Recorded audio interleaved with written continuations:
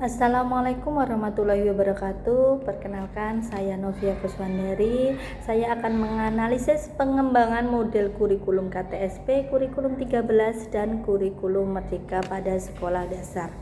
Yang pertama ingin saya jelaskan tentang istilah kurikulum terlebih dahulu.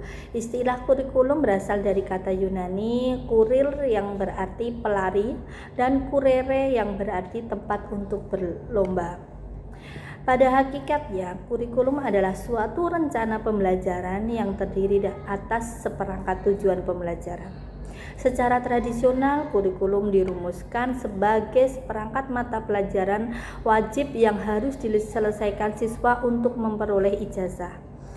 Perspektif lain mengartikan kurikulum sebagai batasan terhadap apa yang dapat dipelajari siswa, yang berkaitan dengan apa yang boleh dipelajarinya.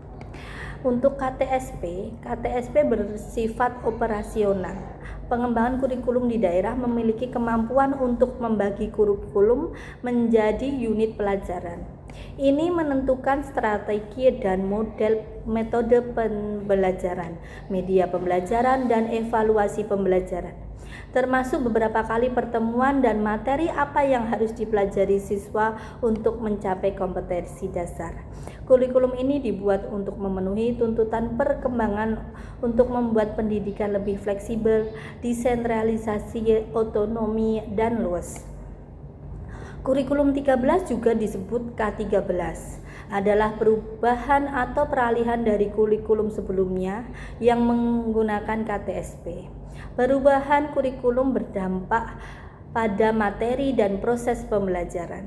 Salah satu cara untuk mengubah kurikulum adalah dengan menyempurnakan kurikulum yang sudah ada. Nadiem Anwar Makarim resmi meluncurkan model kurikulum baru yang dikenal sebagai kurikulum merdeka. Saat ini, lembaga pendidikan masih memiliki hak untuk memilih kurikulum yang akan diterapkan di sekolah mereka masing-masing. Pengertian dari kurikulum merdeka belajar adalah suatu pendekatan yang memungkinkan siswa dan mahasiswa memilih pelajaran yang mereka sukai. Kurikulum yang pertama yaitu KTSP. Implementasi dan pengertiannya adalah sebagai berikut. Pengertian dari KTSP adalah pemikiran modern dalam perkembangan kurikulum yang menyerahkan kemandirian terhadap suatu pendidikan dan keterlibatan kolaboratif serta memperlancar teknik pembelajaran di sekolah. Kurikulum selalu mengalami perubahan dan pergeseran tak terlepas dari sejarahnya. Peraturan Pemerintah Nomor 19 Tahun 2006 adalah komponen kurikulum ini. Tetapi isi dan pendekatan pengembangan pembelajaran tetap berhasil. Sifat paket kompetensi yang ada di KTSP mirip dengan kurikulum KPK. KTSP dimulai dengan memastikan bahwa kurikulum dapat diterima dengan baik oleh siswa, yaitu dalam proses belajar mengajarnya. Pembelajaran biasanya terdiri dari 3 langkah yang utama. Yang pertama pembukaan, yang kedua pembentukan kompetensi, dan yang ketiga penutup. Guru harus melakukan pembukaan sebagai tanda pelajaran dimulai. Membuka pelajaran adalah persiapan untuk mendorong mental siswa dan mendorong mereka untuk fokus pada belajar. Untuk tujuan KTSP adalah membuat kurikulum yang sesuai dengan kekhasan karakteristik, kondisi, potensi, kebutuhan, dan permasalahan daerah, serta satuan pendidikan dan peserta didik. Selain itu, kurikulum tersebut harus mengacu pada tujuan pendidikan nasional. Dengan mempertimbangkan uraian di atas, dapat disimpulkan bahwa KTSP memiliki 2 tujuan, yaitu tujuan umum dan tujuan khusus. Tujuan umum dan tujuan khusus ini tetap mengacu pada tujuan pendidikan nasional. Tujuan khusus KTSP adalah meningkatkan mutu pendidikan, pengembangan kurikulum, dan meningkatkan kompetensi yang sehat antar satuan pendidikan. Selain itu, KTSP bertujuan untuk menciptakan kemandirian guru dengan mengubah sistem penyusun kurikulum dari sentralisasi menjadi desentralisasi. Kelebihan dan kekurangannya. Untuk KTSP, memberi beberapa kelebihan di antaranya. Yang pertama, mendorong otonomi sekolah dalam menyelenggarakan pendidikan dan mendorong guru, kepala sekolah, dan manajemen sekolah untuk lebih kreatif. Yang kedua, sekolah dapat menitik beratkan dan mengembangkan mata pelajaran tertentu sesuai dengan kebutuhan siswa dengan KTSP. Kurikulum KTSP memiliki beberapa kekurangan, di antaranya sebagai berikut. Isi dan pesan kurikulum masih terlalu luas, ditunjukkan dengan banyaknya mata pelajaran dan materi yang luas, dan sulit melampaui perkembangan usia anak. Kurikulum lebih banyak berfokus pada kompetensi yang telah dikembangkan daripada kompetensi yang dikembangkan. Untuk kurikulum yang kedua yaitu kurikulum 2013. Kurikulum 2013 berfokus pada pembentukan individu yang inovatif, kreatif, dan produktif. Kurikulum 2013 adalah pengembangan dari kurikulum sebelumnya, yaitu kurikulum KTSP. Tujuan pembentukannya adalah untuk melengkapi kekurangan kurikulum sebelumnya. Kurikulum 2013 dirancang untuk meningkatkan sikap, pengetahuan, dan keterampilan yang baik. Pembelajaran yang menegaskan pengetahuan dan keterampilan yang dapat menumbuhkan sikap spiritual dan sosial diharapkan dapat menumbuhkan budaya keagamaan di sekolah. Salah satu perubahan utama dari kurikulum 2006 ke kurikulum 2013 adalah pola pikir yang diubah. Kurikulum 2013 mengadopsi pendekatan ilmiah atau saintifik yang mendorong siswa untuk mengamati, bertanya, menalar, mencoba, dan membentuk jaringan. Tujuan kurikulum 2013 untuk meningkatkan kemampuan siswa untuk melihat, bertanya, bernalar, dan menyampaikan pengetahuan mereka setelah mempelajari materi pembelajaran. Kurikulum 2013 ini menekankan pada fenomena alam, sosial, seni, dan budaya sebagai subjek pembelajarannya. Berbeda dengan kurikulum sebelumnya, kurikulum 2013 lebih menekankan pada 3 aspek.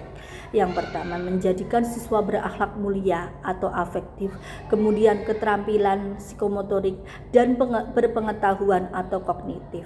Oleh karena itu, diharapkan siswa menjadi lebih produktif, inovatif, dan kreatif.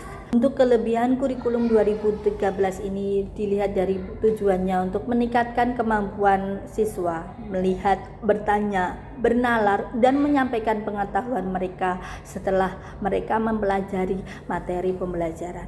Kurikulum 2013 lebih menekankan pada fenomena alam, sosial, seni, dan budaya sebagai subjek pembelajaran.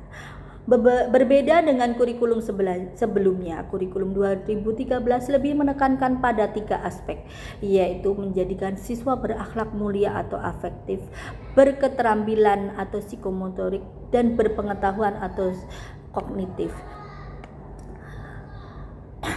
Oleh karena itu, diharapkan siswa mampu lebih produktif, inovatif, dan kreatif. Yang ketiga yaitu kurikulum merdeka.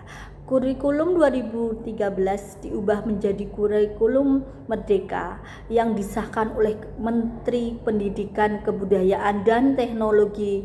Kurikulum ini menawarkan berbagai jenis pembelajaran intrakurikuler yang memaksimalkan tersebar luasnya pendidikan di Indonesia.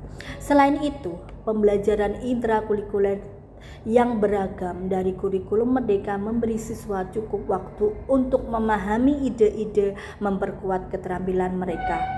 Guru dapat memilih berbagai metode pembelajaran sehingga pembelajaran dapat disesuaikan dengan kebutuhan belajar dan minat siswa. Kurikulum merdeka memberi sekolah dan guru lebih banyak kebebasan untuk membuat kurikulum yang sesuai dengan kebutuhan lokal.